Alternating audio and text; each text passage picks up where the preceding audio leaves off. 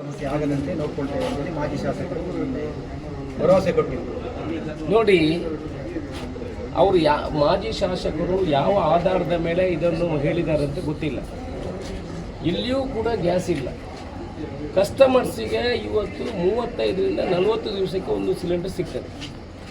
ನನಗೆ gas agency ಇದೆ ಸುಳ್ಯದಲ್ಲಿ. ನಮ್ಮಲ್ಲಿ 40ರಿಂದ 45 ದಿವಸಕ್ಕೆ ಗ್ಯಾಸ್ ಕೊಡ್ತೇವೆ. 4 ದಿವಸ ಆಯಿತು ನಮಗೆ ಲೋಡ್ ಬರೋದು. 4 ಡೇಸ್ ಜನ ಅಂಗಡಿ ಎದುರು ಕ್ಯೂ ನಿಲ್ಲುವಂಥ ಪರಿಸ್ಥಿತಿ ನಿರ್ಮಾಣ ಆಗಿದೆ. ಹೋಟೆಲ್ಗಳು ಬಂದಾಗಿದೆ. ಯಾವ ಹೋಟೆಲ್ಗಳಲ್ಲಿ ಕೂಡ ನಾವು ಮೊನ್ನೆ ಕಂಬಳದ ಹೋಟೆಲ್ ಹಾಕಲಿಕ್ಕೆ ನಾವು ಎಲ್ಲಂದ್ರೆ ನಾವು ಕಾಡಿ ಬೇಡಿ ತಂದು ಅವರಿಗೆ ಗ್ಯಾಸ್ ಮತ್ತು ಕೊಟ್ಟ ನಂತರ ಅವರು ಹೋಟೆಲ್ ಮಾಡಿರ್ತಾರೆ. ಯಾರಿಗೂ ಕಮರ್ಷಿಯಲ್ ಸಿಲಿಂಡರ್ಗಳಿಲ್ಲ. ಇವರು ಮೊನ್ನೆ ಮಾಧ್ಯಮದಲ್ಲಿ ಕೊಟ್ಟರಲ್ಲ, ಎಲ್ಲಿಯೂ ಬೇಡಿಕೆಗಳೇನು ತೊಂದರೆ ಇಲ್ಲ, ಎಲ್ಲಿಯೂ ಶಾರ್ಟೇಜ್ ಇಲ್ಲ. ಈಗ ಕೊಡಲಿ ಅಲ್ಲ.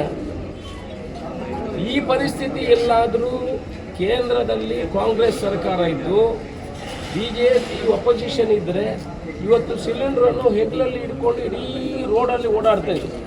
ಆದರೆ ನಾವು ಕಾಂಗ್ರೆಸ್ನವರು ಒಳ್ಳೆ ಚೀಪ್ ರಾಜಕೀಯ ಮಾಡಲಿಕ್ಕೆ ನಾವು ಹೋಗೋದಿಲ್ಲ. ಈ ದೇಶಗಳು ಯುದ್ಧವನ್ನು ಎದುರಿಸ್ತಿದೆ. ದೇಶ ಬಂದಾಗ ನಮ್ಮ ದೇಶ, ಅದಕ್ಕಾಗಿ ನಾವು ಯಾವತ್ತೂ ಬೀದಿಗೆ ಇಳಿಯಿಲ್ಲ. ಎಷ್ಟೋ ಜನ ನಮ್ಮ ಹತ್ರ ಕೇಳ್ತಾರೆ, ಯಾಕೆ ನೀವು ಬೀದಿಗೆ ಇಳಿಲಿಲ್ಲ?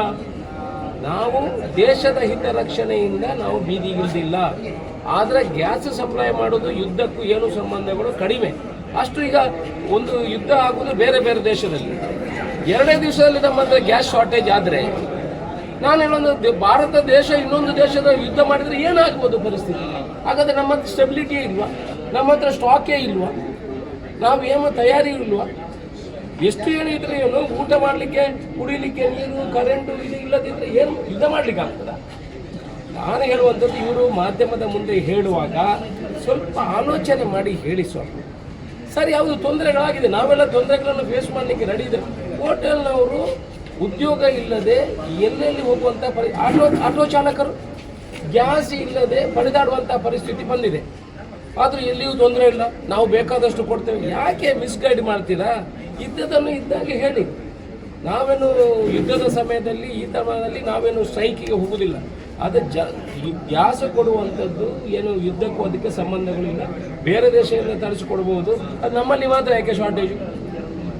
ಇಲ್ಲಿ ಕಡೆ ನಾನೀಗ ಎಲ್ಲ ಆಫೀಸರ್ಗಳ ಹತ್ರ ಮಾತಾಡಿದೆ, ಗ್ಯಾಸೇ ಬರ್ತಾ ಇಲ್ಲ, ಪ್ಲಾಂಟಲ್ಲೇ ಗ್ಯಾಸ್ ಇಲ್ಲ ಅಂತ ಹೇಳಿದ್ರೆ ಏನು ಮಾಡಲಿಕ್ಕೆ ಆಗ್ತದೆ? ದಯಮಾಡಿ ಕೇಂದ್ರ ಸರ್ಕಾರ ಇದಕ್ಕೆ ಸರಿಯಾದ ಒಂದು ಕ್ರಮವನ್ನು ತಗೊಳ್ಬೇಕು. ಎಲ್ಲೆಲ್ಲಿ ಗ್ಯಾಸ್ ಇಡೀ ರಾಜ್ಯದಲ್ಲಿ ದೇಶದಲ್ಲಿ ಶಾರ್ಟೇಜ್ ಇದೆ.